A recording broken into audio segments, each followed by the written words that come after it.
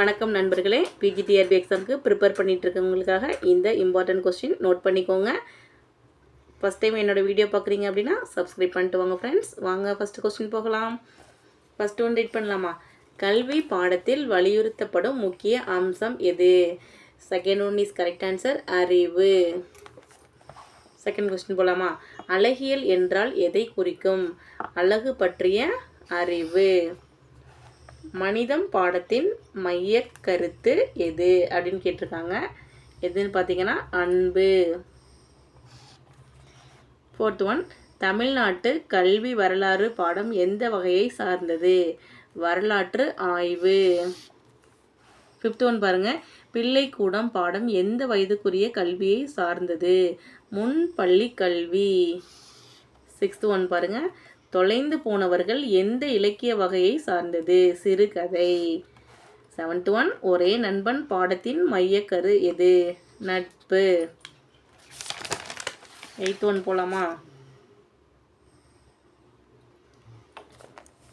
கலை சொல்லாக்கம் எந்த துறையின் சொற்களை விளக்குகிறது? கலை. அதிலே இருக்கு ஆன்சர். நைன்த் ஒன், திருக்குறள் எந்த கவிஞரின் படைப்பு? இது நல்லாவே தெரியும், திருவள்ளுவர். எல்லாரும் ஈஸியாக ஆன்சர் பண்ணிடலாம். திருக்குறள் மொத்தம் எத்தனை குறள்கள் கொண்டது? இதுவும் எல்லாருக்குமே தெரிஞ்சது தான், 1330.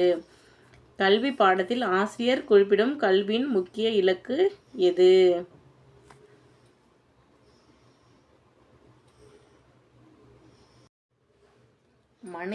மனிதனின் முழுமையான வளர்ச்சி. 12th ஒன் பாருங்க, அழகியல் பாடம் மனித வாழ்வில் எந்த பண்பை வலியுறுத்துகிறது? மனிதநேயம் வளர்த்தல். 13, மனிதம் பாடத்தில் குறிப்பிடப்படும் அடிப்படை மதிப்பு எது? அன்பும் கருணையும். 14, தமிழ்நாட்டு கல்வி வரலாறு பாடத்தில் பழங்கால கல்வி முறை எந்த இடத்தில் பெரிதும் வளர்ச்சி பெற்றது? காஞ்சிபுரம்.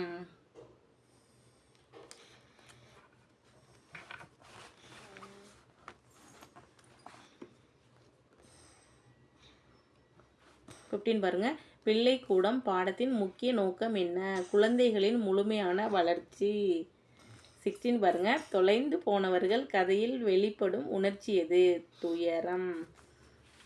17, ஒரே நண்பன் பாடத்தில் நட்பு எந்த பண்பின் அடிப்படையில் நிலைத்திருக்க வேண்டும் என்று கூறப்படுகிறது? நம்பிக்கை. 18, கலை சொல்லாக்கம் பாடத்தில் கலை சொற்கள் எந்த அடிப்படையில் தொகுக்கப்பட்டுள்ளன? கலை வகை மற்றும் பயன்பாடு.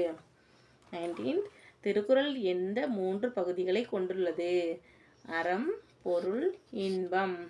20, திருக்குறள் ஒவ்வொரு அதிகாரமும் எத்தனை குறள்களை கொண்டது? 10. 21 வாங்க. 21 பாருங்க, கல்வி பாடத்தில் கூறப்பட்ட கருத்துக்களை நவீன பாடத்திட்டத்தில் எவ்வாறு செயல்படுத்தலாம்? வாழ்க்கை திறன்களை பாடங்களில் இணைத்தல்.